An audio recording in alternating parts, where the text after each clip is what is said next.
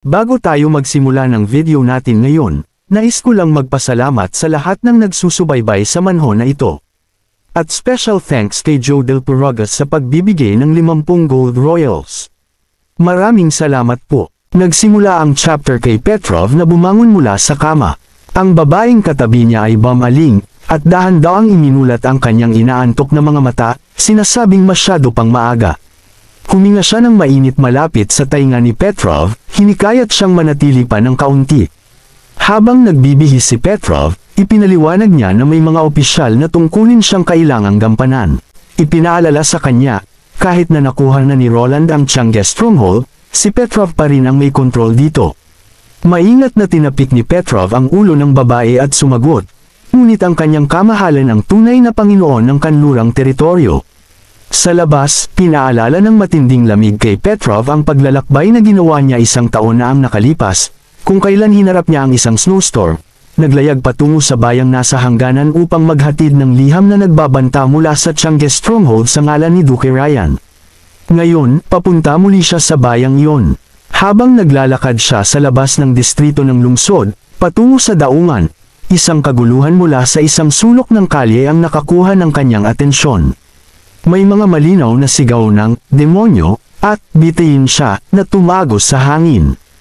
Inutusan ni Petrov ang isang kabalyero sa tabi niya na mag-imbestiga. Hindi nagtagal ay naayos na ng kabalyero ang sitwasyon. 2 bata at isang matandang babae ang nakaluhod sa lupa. Ang mga damit ng mga bata ay punit-punit na nagpapakita ng kanilang kahabag-habag na kalagayan sa matinding lamig. Biglang itinuro ng matandang babae ang isang batang babaeng may pulang buhok. Inaakusahan siyang isang demonyo at sinabing, ang batang ito ay naging demonyo. Isang batang lalaki na may blondeng buhok ang tumayo sa harap ng bata, galit ang poster na parang handang lumaban, at may mga sariwang pasa sa kanyang mukha. Sumigaw siya, ang mga mangkukulam ay hindi mga alagad ng demonyo. Hindi pinansin ni Petrov ang bata, hinarap ang matandang babae, at tinanong kung paano siya nakakasiguro na ang batang babae ay isang mangkukulam. Patuloy ang matandang babae sa kanyang kwento, hinihiling na bitayin ni Petrov ang bata. Nainip si Petrov at inutusan na ikwento ang nangyari. Ayaw man ng matandang babae, ipinaliwanag niya na siya ay isang tagasunod ng simbahan, naghihintay ng bagong pari mula sa banal na lungsod ng Hermes upang muling itayo ang kanlurang simbahan sa Chang'e Stronghold. Sa isang pagkakataon, nasaksihan niya ang batang may pulang buhok na gumagamit ng mahika upang alisin ang nyebe sa mga bubong ng mga lokal na bahay. Sa kanyang salaysay, patuloy na ikinukwento ng matanda ang hindi makatutuhanang turo ni Roland at ang mga baluktot na pagtatanghal ng teatro gaya ng The Witch's Diary na naliligaw sa tama at mali. Matapos makinig, inutusan ni Petrov ang kanyang kabalyero na dalhin ang matandang babae para sa karagdagang investigasyon at arestuhin ang lahat ng tagasunod na may kaugnayan sa kanya bago siya bumalik. Pagkatapos ay iniharap ni Petrov ang kanyang atensyon sa batang babaeng takot na takot, tinanong siya na ipakita ang kanyang kakayahan. Minsan pa, tumayo ang batang lalaki upang protektahan ang babae.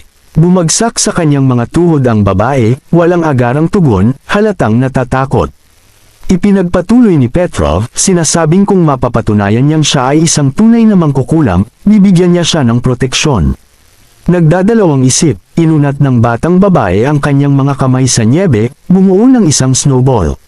Dahan-daang natunaw ang snowball sa kanyang mga kamay. Iniabot ni Petrov ang kanyang kamay sa batang babae, sinabihan siyang sumama sa kanya. Nang itinaas niya ang kanyang ulo upang tanungin kung saan sila pupunta, ngumiti si Petrov at sinabi, sa isang lugar na nararapat para sa isang mangkukulam. Isang tagapaglingkod sa tabi niya ang maingat na binuhat ang bata, at nagpatuloy sila sa kanilang paglalakbay patungo sa daungan. Sinubukang sumugod ng batang lalaki, ngunit pinigilan siya ng ilang kabalyero. Unti-unting nawala sa distansya ang kanyang mga sigaw. Sakay ng barko, inilagay ni Petrov ang isang coat sa batang babae at binigyan siya ng isang mangkok ng mainit na lugaw. Nagpakilala ang bata bilang Paper, isang batang palaboy. Uminom siya ng isang lagok ng lugaw at napaso ang kanyang dila, ngunit sa wakas ay natapos din ang mainit na pagkain. Nang tanungin ni Petrov tungkol sa batang lalaki na nagdepensa sa kanya, ipinahayag ni Paper ang pangalan nito, isang batang may ngalan na Snake Fong, at madalas itong nagdadala ng pagkain para sa kanila. Ipinahayag niya ang kanyang pag-asa na huwag siyang hulihin ni Petrov. Pagkatapos ay ikinwento ni Paper ang kanyang kwento. Alam niyang hindi na gaanong takot ang mga tao sa mga mangkukulam tulad ng dati, kaya ginamit niya ang kanyang kapangyarihan upang alisin ang nyebe mula sa mga bubong ng mga residente kapalit ng pagkain. Gayunpaman, 3 bahay lamang ang nalinis niya. Isang pamilya ang nagtaboy sa kanya, habang ang 2 natitira ay nagbigay sa kanya ng pagkain. Sa ika-4 na bahay, nakasalubong niya ang matandang babae. Maingat na tinapik ni Petrov ang kanyang ulo, pinayuhan si Paper na magpahinga ng mabuti. Nangako siyang bibigyan siya ng mas maraming pagkain sa gabi. Idinagdag pa niya na sa loob ng 3 araw, makikilala niya ang kanyang kamahalan. Ilang araw ang lumipas, dumating ang barko sa bayan sa hangganan. Si Petrov, kasama ang mga bantay, ay pumasok sa kastilyo. Ikinatuwa ni Roland ang pagdating ni Petrov, at bilang tugon, binati siya ni Petrov ng isang magalang na yuko. Pagkaupo, isiniwalat ni Roland ang dahilan ng kanyang pagtawag kay Petrov.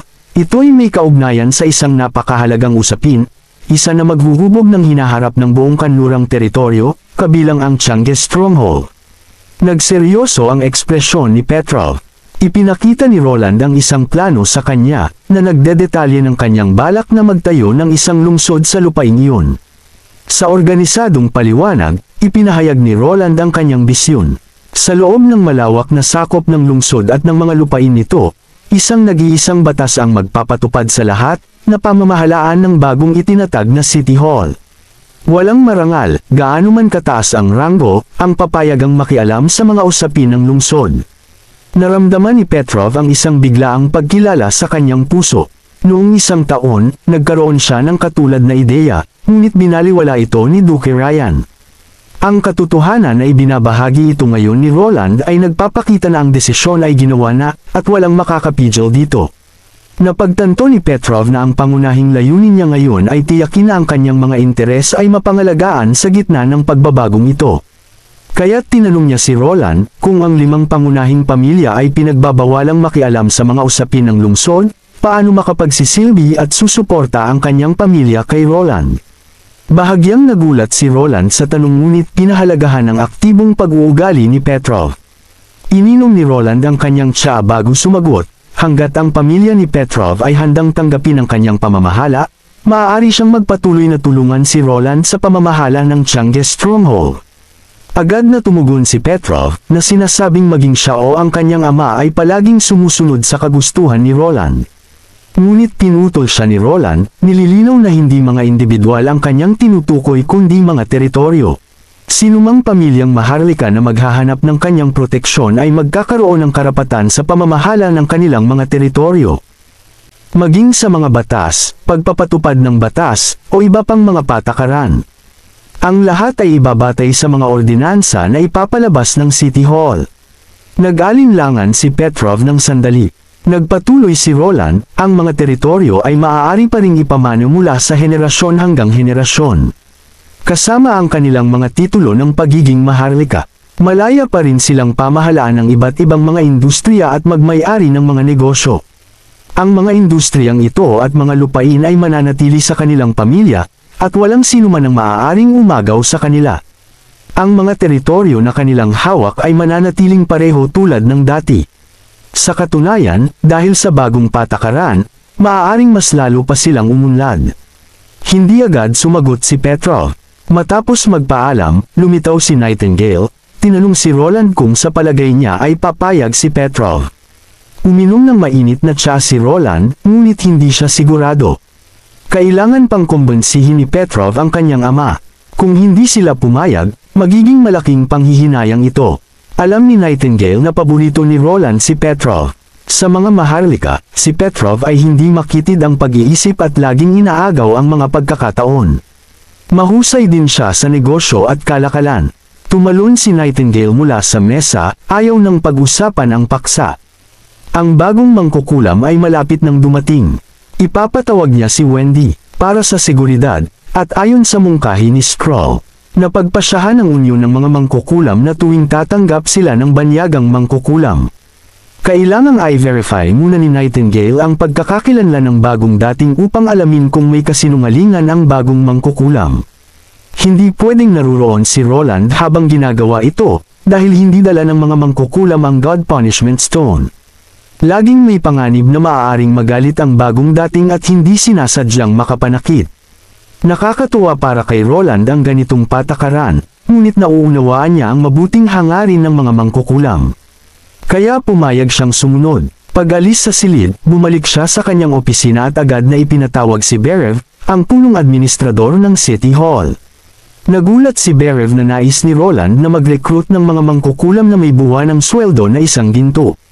Ipinaliwanag ni Roland na ang sweldo na ito ay kapantay ng iba pang mga mataas na posisyon, at sa pagbibigay nito. Hindi lamang siya nagbibigay ng sahod kundi ipinapakita rin niya ang pagkilala sa kanilang estado dito sa kanlurang rehiyon. Tinanong ni Berev kung bakit hindi magpakilos si Roland ng mga tao upang hanapin ang mga mangkukulam, katulad ng ginawa niya sa mga especially iya. Sagot ni Roland, ayaw niyang tularan ang pamamaraan ng simbahan. Ninais niyang kusang lumapit ang mga mangkukulam. Habang paalis na si Berev na nakayuko, mabilis na pumasok si Wendy, ipinapaalam kay Roland na na-verify na ang pagkakakilanlan ng bagong mangkukulam. Ngumiti si Roland, binanggit na sobra ang kanilang pag-iingat.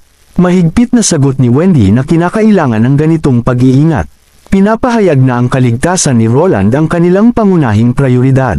Malalim na naantig si Roland at iniutos kay Wendy na ipasok ang bagong mangkukulam. Ang batang babae ay nasa 15 o 16 na taong gulang, may pulang ngunit gaskasing buhok.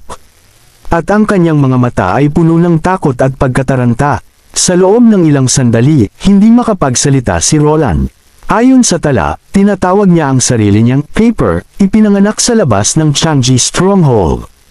Naging ulila siya matapos ang isang matinding snowstorm 3 taon na ang nakalilipas. Alam ni Roland na siya ay nasa kalagayan pa ng pagkabigla at malamang na kakailanganin ng maraming oras upang makapag-adjust sa kanyang bagong buhay. Tumingin siya kay Wendy at sinabi sa kanya na paliguan muna ang bata.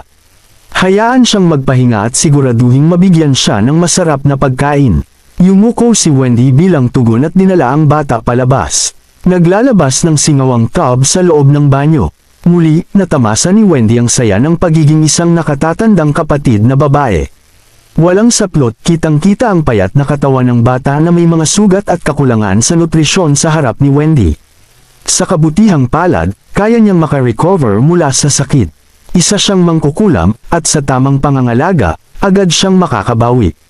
Matapos maglinis, oras na para sa isang masarap na paliligo. Ang batang si Pepper ay nagising sa kanyang kapangyarihan 2 taon na ang nakalipas. Ipinaliwanag ni Wendy ang kanyang kaalaman tungkol sa mga mangkukulam at mahika. Hinawakan siya ng mahigpit, sinigurado ni Wendy na magiging maayos ang lahat kapag nakapag-settle siya sa border town. Biglang bumukas ang pinto ng banyo. Si Lily, may hawak na tuwalya, ay pumasok at hinihila si Rem na nalilito sa kanyang likuran. Sumilip si Lily sa gilid ng tub, nagtataka sa batang si Paper na ikinagulat ng bata. Ipinakilala sila ni Wendy ng mahinahon, sinabing si Rem at Lily ay mga mangkukulam mula sa border town. Nang una silang dumating, sila'y takot na takot katulad ni Paper. Lalo na si Rem na napakamahiyain. Nang tanungin tungkol sa kakayahan ni Paper, mahina niyang sinabi na kaya niyang tunawin ang niebe. Hindi kayang gawing yelo muli ni Paper ang tubig, ngunit kaya niyang palamigan ng mabilis ang mainit na tubig. Kumuha si Lily ng palanggana ng mainit, bumubulang tubig at hinikayat si Paper na ipakita ang kanyang kakayahan. Maingat na inilubog ng batang babae ang kanyang kamay sa palanggana. Sa ilang sandali, ang mainit na singaw ay lumamig, at ang mga bula ay naglaho. Naiwan ang tubig na malinaw at transparent. Muling bumisita si Petrov sa opisina ni Roland. Matapos yumuko ng may paggalang, ipinahayag niya ang kanyang kagustuhang maglingkod kay Roland, pati na rin ang kanyang pamilya. Natuwa si Roland. Prangkang sinabi ni Petrov ang kamangha-manghang pagbabago na kanyang nasaksihan sa border town nitong mga nakaraang araw. Sinabi niyang ito ang uri ng lungsod na kanyang pinapangarap. Umaasa siyang makita ring umunlad ang kanyang sariling teritoryo at nais niyang sumama ang kanyang pamilya sa bagong lungsod na ito. Nagalak ng bahagya si Roland sa mga salitang ito. Nagplano si Petrov na bumalik sa stronghold upang iparating ito sa kanyang ama.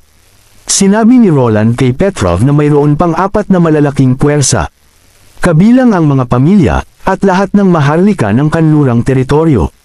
Sinumang pamilya na handang tanggapin ang alok na ito ay malugod na tatanggapin sa bagong lungsod ng walang hinanakit sa nakaraan. Umaasa si Roland na may paparating ito ni Petrov at minsan pang ninais na kumilos si Petrov bilang kanyang embahador. Tinanggap ni Petrov ito ng may taos-pusong galit, inilagay ang kanyang kamay sa dibdib. Habang siya'y papaalis na, tinawag siya ni Roland, pinuri ang kanyang maayos na paghawak sa usapin ng mangkukulam at iminungkahi na hindi na kailangang itago pa ang mga bagay sa hinaharap. Iniunat ni Roland ang kanyang mga braso at lumabas ng opisina. Pumasok siya sa hardin, naramdaman niya ang kakaiba. Ang mga puno at halaman ay masyadong buhay. Sa una, inakala niyang nagkakamali siya, ngunit habang papasok siya ng mas malalim. Napansin niya ang mga sanga ng puno ng olibo na yumuyuko, parang nagbibigay galang sa kanya. Ang damo sa kanyang mga paa ay tumabingi na tila. Binabati siya. Inakala niyang nahihilo siya. Sa gitna ng hardin, tumigil si Roland. Sa dulo ng daan, may nakatayong kakaibang silid na gawa sa mga halaman. Isang maliit na siga ang nagliliyab sa gitna, at sinalubong ni Wendy si Roland.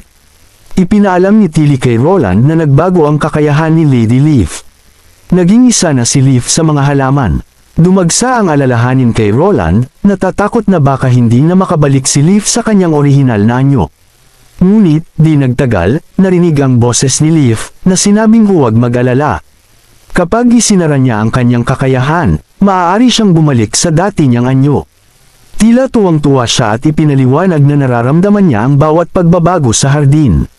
Habang nagsasalita, isang malaking dahon ang bumaba mula sa itaas. Dahan-daang bumuka sa tabi ni Roland at inilabas ang isang tasa. Ang tasa ay gawa sa magkakapatong na dahon ng oliba. Nagbago ang kakayahan ni Leaf habang regular niyang inaalagaan ang mga bagong pananim. Nang tanungin siya kung kaya niyang palawakin ang kanyang kapangyarihan sa buong nakatagong gubat. Sinabi ni Leaf na aabutin ito ng mahabang panahon. Ang pagpapalawak ng kanyang kontrol ay magpapabagal sa kanyang pag-iisip. Maaari niyang unti-unting palawakin ang kanyang kapangyarihan. Posibleng mapalibutan ang buong nakatagong gubat sa loob ng ilang taon. Ngunit ang subuking gawin ito agad-agad ay maaaring magdulot ng pagkawala ng kanyang malay. Binati ni Wendy si Roland dahil sa pagkakaroon ng isa pang evolved na mangkukulam sa Union. Ayon sa mga salita ni Agatha, sila ngayon ay kasing laki na ng kalahati ng Federation. Ngumiti si Roland at tiningnan ang batang babae na pasimpleng sumusilap mula sa hardin. Ang batang babae ay nakatingin sa kanya mula sa gilid. Sinabi ni Wendy na kailangan pa nilang ipagpatuloy ang pagsubok sa kakayahan ni Paper. Ngunit napansin niya ang isang kakaibang phenomenon. Pinakilos niya ang kanyang mga daliri at 2 bigkis ng nyebe ang mabilis na nahulog mula sa bubong. Inutusan niya si Paper na gamitin ang kanyang kakayahan. Napansin ni Roland na ang nyebe na malapit sa siga ay mabilis na naging isang puddle ng tubig. Habang ang isa sa mas malayong bahagi ay natunaw lamang ng kalahati. Pinulot ni Wendy ang natunaw na tubig at lumakad papunta sa dingding, kinatok ito. Mabilis na umatras ang mga mahigpit na balot na baging na nagbukas ng isang butas. At agad na damaloy ang malamig na hangin mula sa labas. Hiningi niya kay Paper na gamitin muli ang kanyang kakayahan. Sa gulat ni Roland, ang tubig sa mga dahon ay naging manipis na yelo. Sa una, inakala ni Roland na ito ay maaaring pagmamanipula ng oras. Ngunit mabilis niyang isinantabi ang teoryang iyon. Dahil ang oras ay isang konsepto lamang nalikha ng tao para sa kaginhawaan at hindi ito tunay na umiiral. Isang bato ang iniwagayway sa harap ni Paper gamit ang isang baging na kumikilos parang pendulum. Muling ginamit ni Paper ang kanyang kakayahan, ngunit nanatiling pareho ang galaw ng pendulum. Gumalaw ito sa parehong amplitude. Naisip ni Roland na ang binabago ni Paper ay ang galaw ng mga particle. Alinman sa pinapabagal o pinapabilis ito. Siyempre, maaaring hindi nauunawaan ni Paper ito. Basta pinalalabas niya ang kanyang kakayahan base sa kanyang pakiramdam. Kung tama ang hula ni Roland, ang kakayahan ni Paper ay parang isang natural na puwersa. Kung maging matatag ang kakayahan ni Paper, maaaring makakita ang border town ng bagong tagumpay. Biglang tumunog ang isang malambing na kampana mula sa hilagang kanlurang direksyon. Ito ay isang babala ng pag-atake ng mga demonic beasts. Biglang sumulpot si Nightingale at mabilis na lumapit. Sinabi ni Roland na mag-ingat siya. Marahil sa araw na ito ng nyebe, ang mga mangkukulam lamang ang nakakaramdam ng pagkabahala. Lalo na ang mga combat witches na dinala ni Tilly. Malamang naghihintay ang mga ito sa mga hybrid na demonic beasts, na kayang akyatan ang mga pader, sabik na ipakita ang kanilang mga kakayahan. Simula nang malaman ito, naging interesado si Nightingale. At laging tumatakbo papunta sa eksena tuwing tumutunog ang alarma. Marahil upang makita kung sino ang pinakamalakas na combat witch. Masaya ang mga combat witches, ngunit tila nakalilimutan ang mga support witches. Baka oras na para lumikha ng bagong libangan. Sa pag-iisip na iyon, tinawag niya si Soraya, ang magandang artistang malaki ang naitulong sa border town. Mukhang masigla, namumula ang kanyang mukha, puno ng kabataan at kasiglahan na hindi niya maitago. Ang ganitong klaseng buhay ay nagpapasaya kay Soraya, lalo na at nagagamit niya ang kanyang kakayahan upang matulungan si Roland. Lubos na naapektuhan si Roland ng kanyang ngiti. Tinawag niya si Soraya upang magdisenyo ng bagong baraha. Alam niyang nagsawa na ang lahat sa Gwent card. Kumuha siya ng blankong papel at mabilis na gumuhit ng magaspang na disenyo. Ipinaliwanag niya na magkakaroon ng 4 na suit na may bilang mula 1 hanggang 13, na may dagdag na King at Queen card, na may kabuoang 54 cards. Malaki na ang inunlad ng kakayahan ni Soraya, at gamit ang sketch bilang gabay, mabilis niyang pininturahan ang mga baraha ng patong. Sinabi ni Roland kay Soraya na maraming paraan ng paglalaro gamit ang mga baraha. At hiniling niya na tawagin si Anna at ang iba pa. Ituturo niya sa kanila kung paano maglaro. Lumipat ang eksena, nakatayo si Ferland sa likod ng kanyang asawa, habang tinitignan siya ng may malumanay na ngiti. Habang maingat na pumipili ng mga paninda mula sa tindahan. Sa mga ganitong pagkakataon, ang tingin ni Eileen ay laging sobrang seryoso. Akala ni Ferland lahat ng piraso ng karne ay binabayaran ayon sa timbang. Kaya walang pagkakaiba kung alin ang pipiliin niya. Ngunit ipinilit ni Eileen na kahit gustong-gusto ni Ferland ang mga payat na karne. Kung walang kaunting taba, hindi magiging mabango ang ulam kapag niluto. Kaya't kailangan niyang pumili ng mabuti. Hindi napigil ang tumawa ni Ferland. Sabi niya kay Eileen na magpatuloy sa pagpili habang bibili siya ng trigo.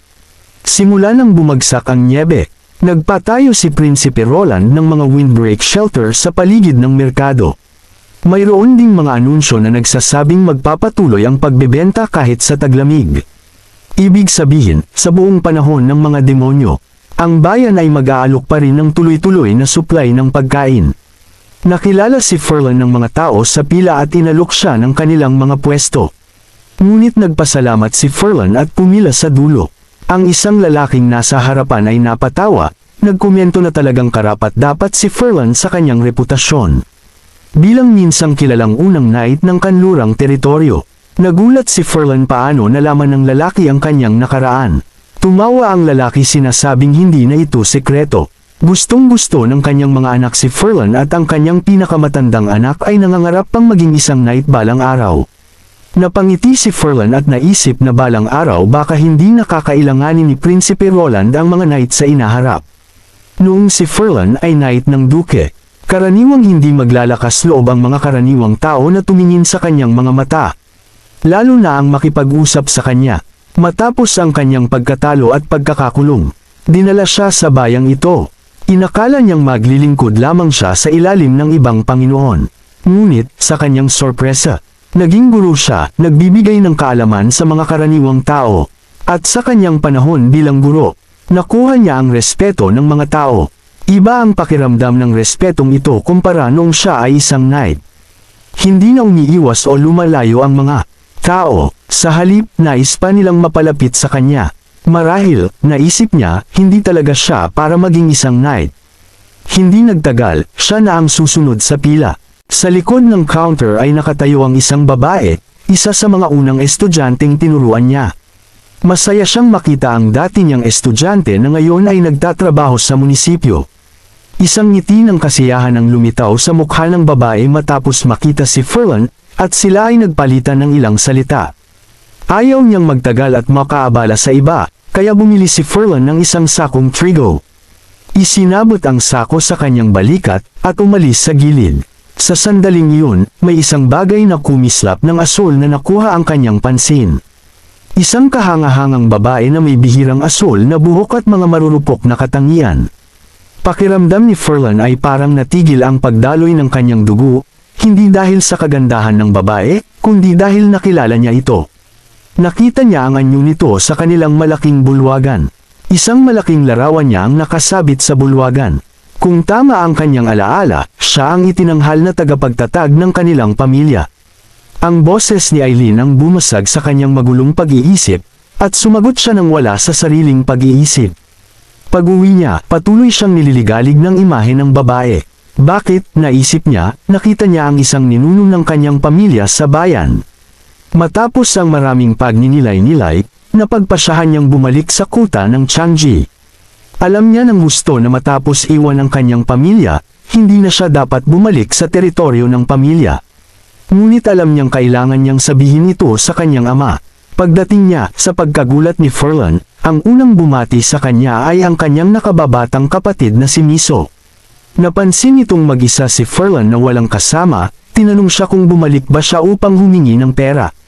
Kalma niyang sinagot na hindi siya naroon para sa pera at wala siyang balak makipagkumpetensya para sa posisyon ng tagapagmana.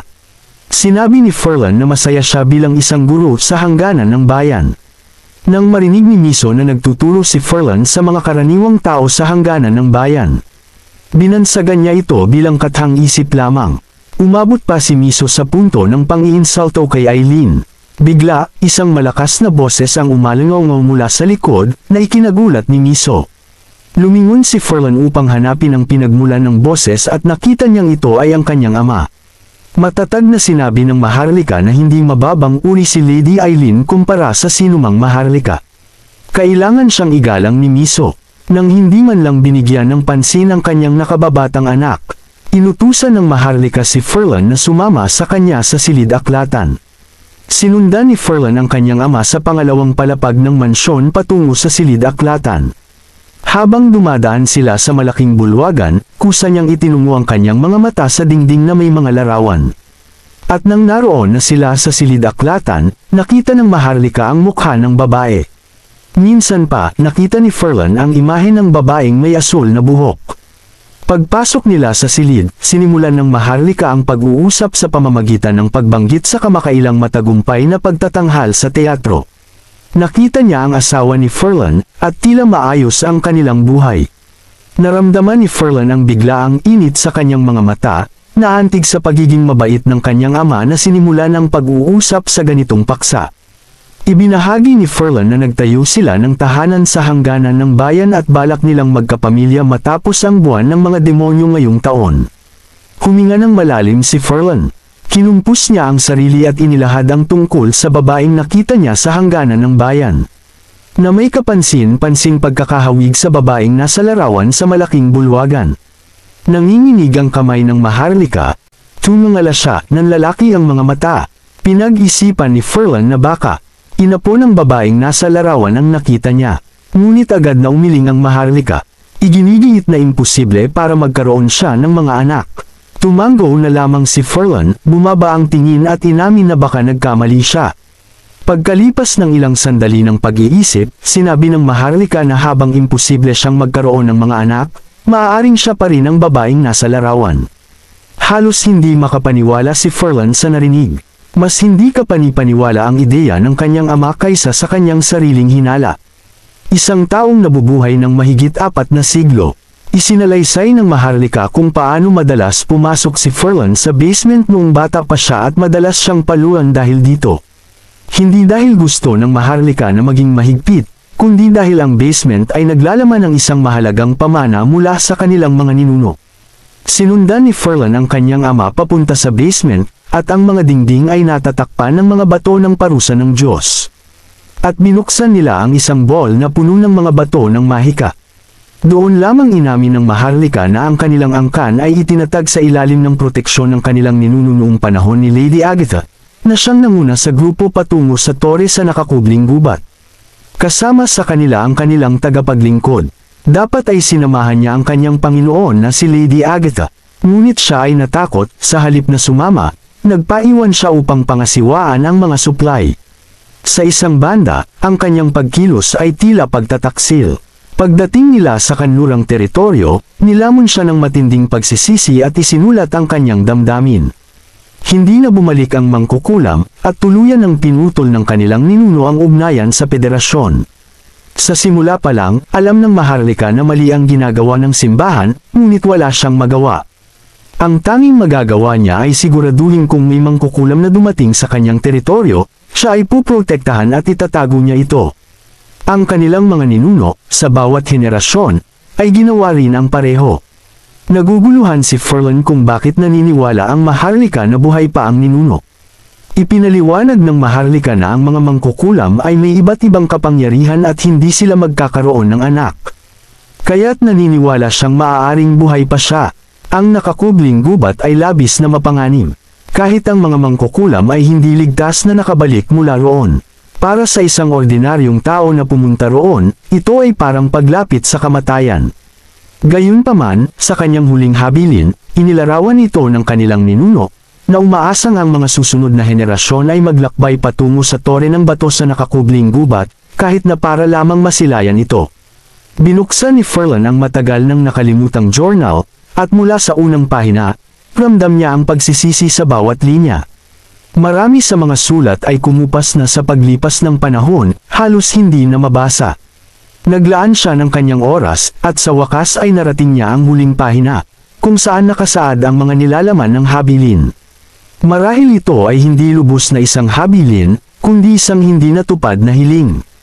Nagpasya ang Maharlika na dalhin ang journal upang ipakita ito sa babaeng binanggit ni Ferlin.